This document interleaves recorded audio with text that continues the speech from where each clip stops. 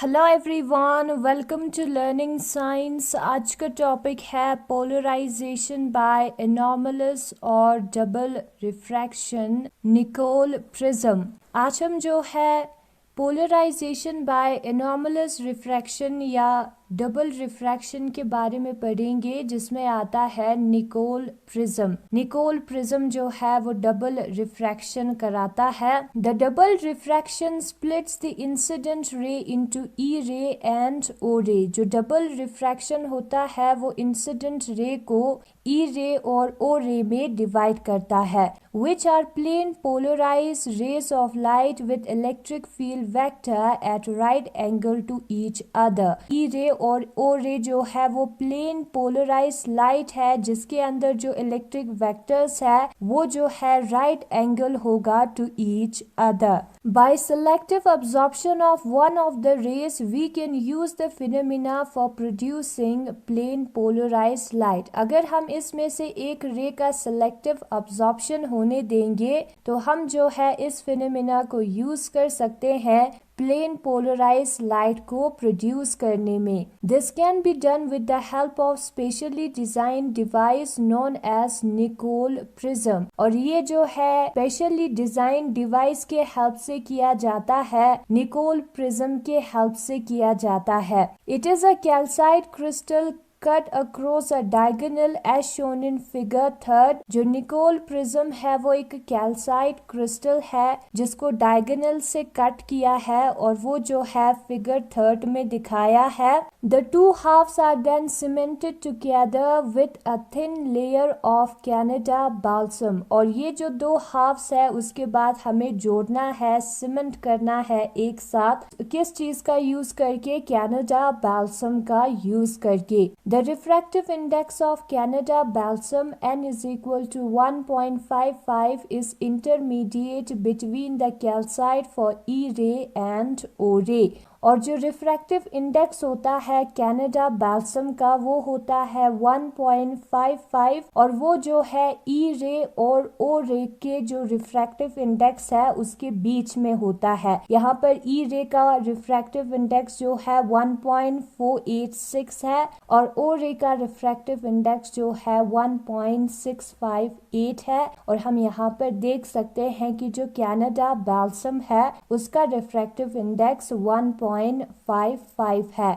The refractive index of O ray is more than that for Canada balsam and hence it can be totally reflected internally and is absorbed by the black coating applied to the crystal। जो refractive index होता है O ray का वो ज्यादा होता है Canada balsam से, इसलिए वो क्या होता है totally रिफ्लेक्टेड होता है, यानी कि इंटरनल रिफ्लेक्शन होता है उसके अंदर। इंटरनल रिफ्लेक्शन तब होता है जब एक डेंसर मीडियम से हम रेयरर मीडियम में मूव करते हैं। तो यहाँ पर जो ओ रे का रिफ्रैक्टिव इंडेक्स है वो ज्यादा होगा कैनेडा बाल्सम से, तो कैनेडा बाल्सम जो है वो क्या करेगा? इंटरनल रिफ्लेक्शन होने देगा। And is absorb by the black coating applied on the to the crystal. और वो जो है जो ब्लैक कोटिंग हमने क्रिस्टल पे अप्लाइड किया है वो अब्सॉर्ब करेगा। The principal section of the calcite crystal is parallelogram. The crystal is rhombic with angles 109 degree and 71 degree। जो प्रिंसिपल सेक्शन होता है कैल्साइट क्रिस्टल का वो एक पैरेललोग्राम है और ये जो क्रिस्टल है वो रोम्बिक होता है, जहाँ पे उसका एक एंगल है 109 डिग्री और दूसरा एंगल है 71 degree. The end faces of the crystal are grounded by about 3 degree to reduce the acute angle to 68 degree and then polished. और जो एक एंड है क्रिस्टल का उसको हम ग्राउंड करते हैं, उसका जो एंगल है उसको हम रिड्यूस करते हैं 3 डिग्री से और उसका एंगल बन जाता है 68 डिग्री 71 डिग्री में से, ठीक है। फिर उसके बाद हम उसको क्या करते हैं? पॉलिश करते हैं। और ये क्यों होता है? This is done to minimize the chance of total internal reflection और transmission of both E and O rays as explained below। ये जो है जो टोटल इंटरनल रिफ्लेक्शन या ट्रांसमिशन है उसके चांस को कम करने के लिए होता है ई रे और ओ रे दोनों का, जो कि नीचे एक्सप्लेन किया है। The prism is so design that it's long and is about 3 times the short and. और ये जो प्रिज्म है वो कैसे डिजाइन किया हुआ है, उसका जो लॉन्ग एंड है वो जो है 3 times होता है शॉर्ट एंड से। फिर उसके बाद दिया है need for grounding the edges of Nicol prism. जो एजेस है निकोल प्रिज्म का उसको हम ग्राउंडिंग करते हैं, उसका जो एंगल है उसको रिड्यूस करते हैं। वो क्यों होता है? Separation of E ray and O ray is possible only for small range of direction of the incident angle। जो E rays और O rays का separation है वो जो है थोड़ा सा range of direction of incident angle के लिए क्या है? possible है, यानी कि कुछ ही values होगा incident angle का जहाँ पर ये E rays और O rays separate होता होगा। By grounding the edges of the Nicol prism, the incident ray lies in the middle of the possible range of directions required for the separation of the rays। ठीक है, और जब हम ground करते हैं Nicol prism के as को ground करते हैं तो ये जो इंसिडेंट रे है वो middle of possible range of direction जो कि इन रेस का सेपरेट होने के लिए जरूरी है वहां पर लाई करता है।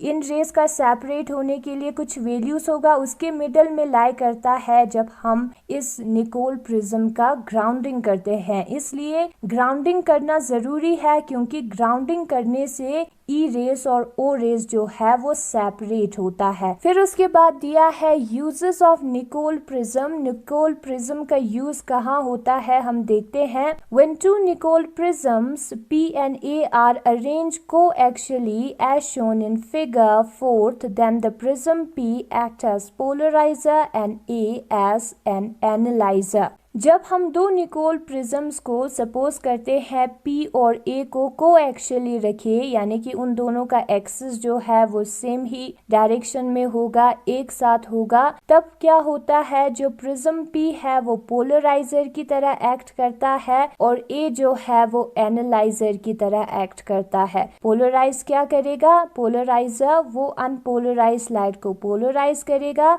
और एनालाइजर जो है वो एनालाइज करेगा कि वो किस टाइप ऑफ पोलराइजेशन में गया है।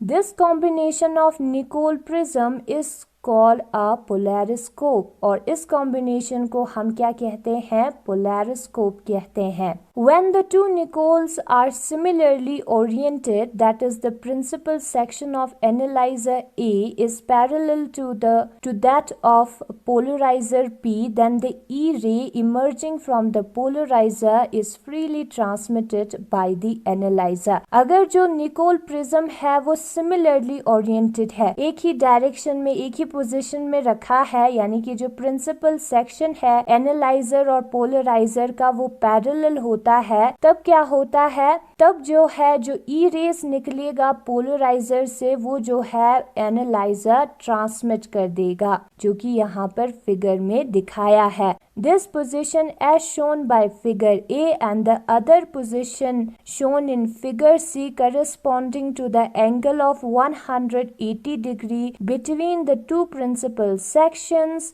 when they again become parallel and are referred to as parallel Nicols। ये जो पोजीशन है वो फिगर A में दिखाया है और जो दूसरा पोजीशन है वो फिगर C में दिखाया है, जिसमें ये जो प्रिंसिपल सेक्शंस है उनके बीच में एंगल है 180 डिग्री और ये दोनों फिर से पैरेलल बने हैं, रोटेट हो के फिर से पैरेलल डायरेक्शन में आया है और उसको हम कहते हैं पैरेलल निकोल्स। बी में जो है एक अलग पोजीशन दिखाया है रोटेशन जिसमें ये पैरेलल नहीं है। फिर आफ्टर सम टाइम जब 180 डिग्री रोटेशन होगा तब ये दोनों फिर से पैरेलल हो जाएंगे और वो जो है फिगर सी में दिखाया है। The rotation of analyzer by an angle of 90 degree from the positions shown in figure 4A and C will make the principal sections of the two nicole mutually perpendicular as shown in figure B।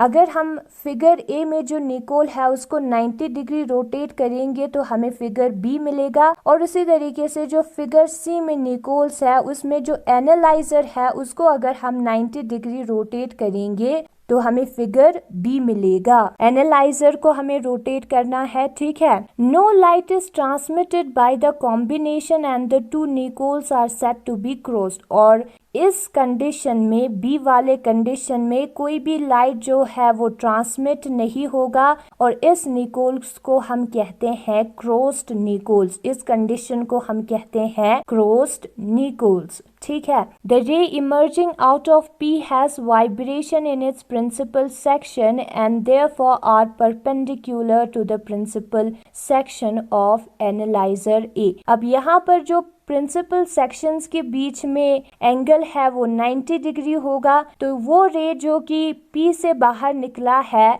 Polariser से बाहर निकला है, उसका जो vibration जो है वो polariser के प्रिंसिपल सेक्शन में होगा और एनालाइजर से वो 90 डिग्री बनाएगा, क्योंकि पोलराइजर और एनालाइजर का जो प्रिंसिपल सेक्शन है वो परपेंडिकुलर है इस केस में, इसलिए क्या होता है, कोई लाइट ट्रांसमिट नहीं होता है। The vibration incident on the analyzer will have no component along its principal section। तो वाइब्रेशन जो कि एनालाइजर पे इंसिडेंट हो रहा है उसके पास ऐसा कोई कंपोनेंट नहीं है जो कि उसके प्रिंसिपल सेक्शन के अलोंग होगा। एंड दस ओ रे in the analyser till these are totally internally reflected at Canada balsam layer। इसलिए एनालाइजर के केस में जो ओ रेज है वो इंटरनल रिफ्लेक्शन सफर करेगा और कोई भी लाइट जो है वो ट्रांसमिट नहीं होगा। इंटरनल रिफ्लेक्शन कहाँ सफर करेगा? कैनेडा बैल्सम के लेयर पर।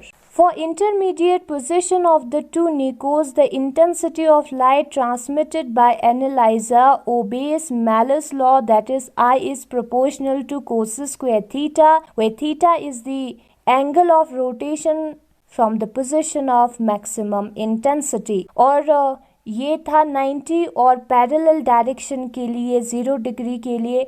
अब अगर जो है इन निकोल्स के बीच में इंटरमीडिएट पोजीशन है, इंटरमीडिएट पोजीशन ए और बी के बीच में जितने भी रोटेशन हुए हैं उधर क्या होगा, जो इंटेंसिटी ऑफ लाइट ट्रांसमिट होगा एनालाइजर से वो मैलस लॉ को ओबे करेगा। मैलस लॉ के बारे में हमने पहले वाले वीडियो में किया है। उस केस में आई जो है वो डायरेक्टली प्रोपोर्शनल होगा कोस स्क्वायर थीटा से, which is our Malus law, और थीटा जो है वो एंगल ऑफ रोटेशन है position of maximum intensity से।